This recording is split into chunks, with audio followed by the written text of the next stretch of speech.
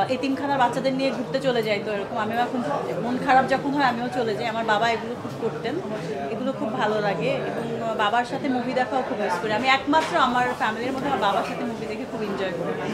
ঈদের প্ল্যান এবার টোটালি ময়ূরাক্ষী নিয়ে হলে হলে যাবো, ঘুরবো, দেখবো এবং এবার আমার মাও দেশে আছে, সো এই তো সব কিছু মিলাই করি। আপু, আপনি এর আগের কথা রেস্ট ধরেই বলি, বর্তমান সময়ে আমরা একটা জিনিস লক্ষ্য করি যে এই যে ভাইরালের যে বিষয়টা বললেন, আমরা কিন্তু একটা জিনিস লক্ষ্য করি যে সবাই কোনো না কোনো ইস্যুতে ভাইরাল হতে চায়। তো বিষয়টা কি, মানে এটা কি কোনোভাবে সামাজিক ব্যাধি বা এটা কোনো মেন্টাল কোনো প্রবলেম কিনা, কি মনে হয়? আমার মনে হয় মেন্টাল প্রবলেম, বিকজ আমার ওরকম ভাইরাল জিনিস খুব ভয় লাগে এবং ভয় লাগে মানে হচ্ছে আমার খুব আনইজি লাগে। আমার মনে হয় ভালো কাজ নিয়ে এবং অনেক কিছু নিয়ে ভাইরাল না আসলে পপুলার হওয়া যায়, কিন্তু ভাইরাল বিষয়টা আমার কাছে আমার পার্সোনাল পয়েন্ট অফ ভিউ এটা আমার আসলে এটা বোধগম্য হয় না।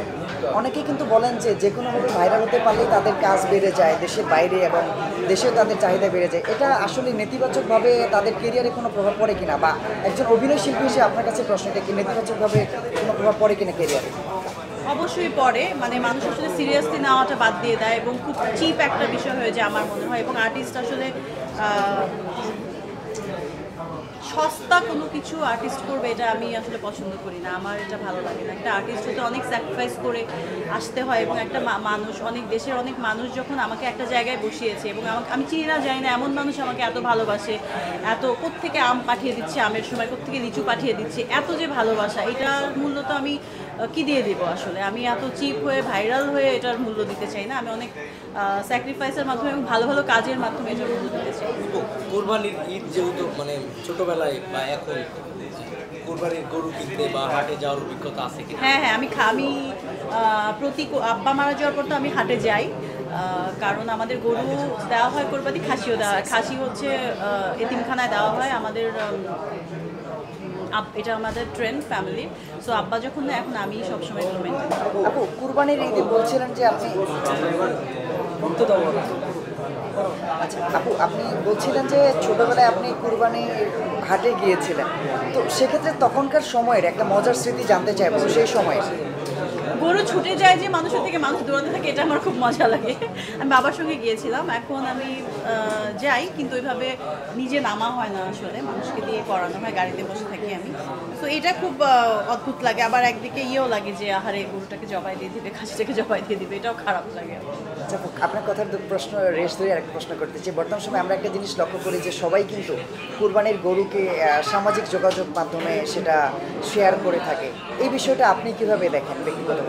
আমি যদি অ্যাক্টর না হতাম, মানে আমার ফেসবুক বা কোনো কিছু থাকতো না, এটা আমার খুবই অদ্ভুত লাগে। সব কিছু আমার মনে হয় আমার প্রফেশন যেটা, সেটার জন্য আমি সামাজিকভাবে সবার সঙ্গে দায়বদ্ধতা আমার আছে, কারণ পাবলিকে জানার সেই জায়গাটা আছে। আমাকে যেহেতু ভালোবেসেছে সবাই, এমন একটা জায়গা দিয়েছে, সেই জন্য আমার সেই দায়বদ্ধতা থেকে আমি তাদের সাথে কানেক্টেড থাকাটা আমার মানে দরকার, আমি বিলিভ করি সেটা। কিন্তু পার্সোনাল লাইফে আমার আসলে ফেসবুকে খুব একটা সময় আমি দিই না।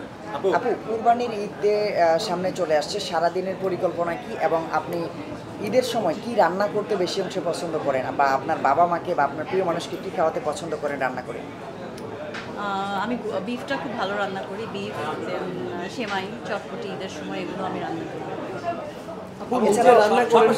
আপনার দর্শকদের একটু যারা আমন্ত্রণ জানাবেন।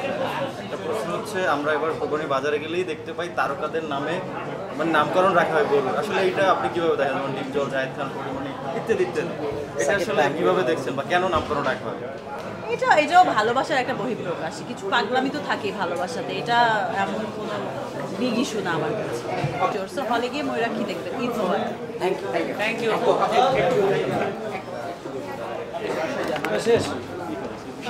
আগামীকাল বাবা দিবস, এই বিষয়টা নিয়ে যদি কিছু বাবার সাথে কোনো স্মৃতি, মজার স্মৃতি বা এই নিয়ে বাবার দুইটা কথা বাবাকে নিয়ে দেখি প্রশ্ন করে। আপু, একটু হোল্ড করে প্লিজ। এই জিনিসটা পৃথিবীর সকল বাবাদের জন্য আমার অনেক রেসপেক্ট, অনেক ভালোবাসা একদম মন থেকে। আর আমার বাবা যেহেতু নাই আমার সঙ্গে ফিজিক্যালি, আমার বাবা মারা গেছেন 2019-এ, তো বাট আমার বাবা মেন্টালি আমার সঙ্গে অলওয়েজ থাকেন এবং আমি যে আজকে একজন ভালো মানুষ এবং মানুষের বিপদ আপদে আমি পাশে থাকতে চেষ্টা করি এবং আমি হেল্পফুল, আমি কাইন্ড হার্টেড একটা মানুষ, সেটা আমার বাবার জন্য, আমার বিশ্বাস। এবং বাবাকে আমি অলওয়েজ মিস করি। আমার বাবা আমার পুরো পৃথিবী ছিল। এবং সবার কাছে আমার একটাই রিকোয়েস্ট যে প্লিজ কেউ মানে বাবারা যখন বুড়ো হয়ে যায় নেগলেক্ট করবেন না, ইগনোর করবেন না। বাবা বেঁচে থাকাটাই অনেক বড় একটা ব্যাপার। আসলে কিছু করুক আর না করুক ওইটা কোনো ম্যাটার করে না, প্রাইসলেস আসলে বাবারা। আপনার এই ক্ষেত্রে আসার ক্ষেত্রে চলচ্চিত্রে আসার ক্ষেত্রে বাবার ভূমিকাটা বাবার আসলে আমার ফ্যামিলি থেকে কেউ পছন্দ করতো না, বাট বাবা খুব সাইলেন্টলি আমাকে সাপোর্ট দিয়েছে দেখেই আমি আসলে এত দূর আসতে পেরেছি। আর বাবার সাথে এখন বাবার কোন জিনিসটা বেশি মিস করে, স্মৃতি যদি একটু কথা বলতে বলি, কোন স্মৃতিটা বেশি মনে পড়ে? বাবার সাথে আমার আমি খেতাম যখন, ওইটা খুব মিস করি। বাবা খুব ফুডি ছিল, মানুষকে নিজে খাওয়া থেকে মানুষকে বেশি জোর করে ডেকে ডেকে খাওয়াতেন, গরু খাসি জবাই দিয়ে খাওয়াতেন যখন তখন। এটা বাবার একটা মানে ভালো লাগতো তার মানুষকে খাওয়াতে। এইগুলো খুব মিস করি, এই পাগলামিগুলো।